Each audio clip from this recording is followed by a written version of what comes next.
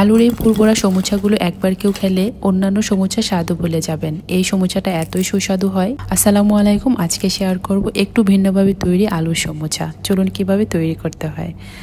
আলু সমুচা তৈরি করার জন্য লাগবে আলু। আমি এখানে বড় সাইজের দুটো আলু সিদ্ধ করে গরম থাকা অবস্থায় আলুগুলোকে আমি ম্যাশ করে নিয়েছি। এখন এই আলুর সঙ্গে অ্যাড করব হাফ কাপ পেঁয়াজ কুচি। পেঁয়াজগুলোকে খুব ছোট ছোট করে কেটে নিয়েছি।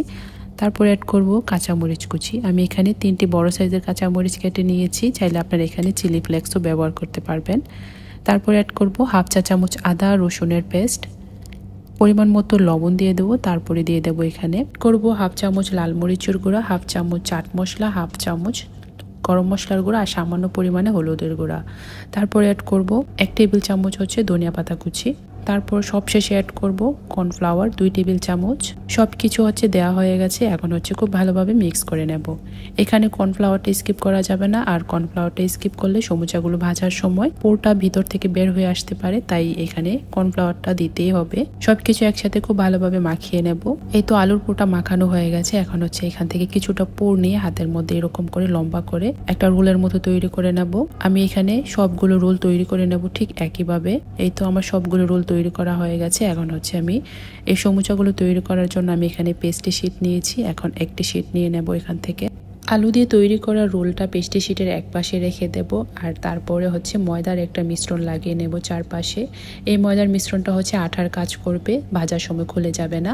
এই তো আমি ব্রাশ দিয়ে লাগিয়ে নিয়েছি। এখন হচ্ছে এক পাশ থেকে রোলের মতো করে পেঁচিয়ে নেব পেস্ট্রি শিটটা, তারপরে একটা রোল হয়ে যাবে।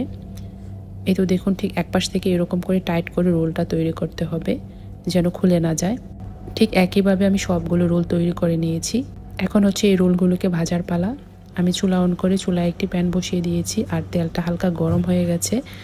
এখন হচ্ছে এই রোলগুলোকে একটা কেচি দিয়ে এক পাশ থেকে এরকম করে কেটে কেটে সঙ্গে সঙ্গে তেলের মধ্যে দিতে হবে। চুলার জালটাকে মিডিয়াম টু লোয়ের মাঝামাঝি রেখে সুন্দর একটা কালার আসার আগ পর্যন্ত এই সমুচাগুলোকে ভেজে নিতে হবে। 4 থেকে 5 মিনিট ভাজলেই সমুচাগুলো সুন্দর কালার চলে আসবে। এখন হচ্ছে ভাজা হয়ে গেছে, তেল ছাড়িয়ে একটি স্ট্যানার দিয়ে তুলে নেব।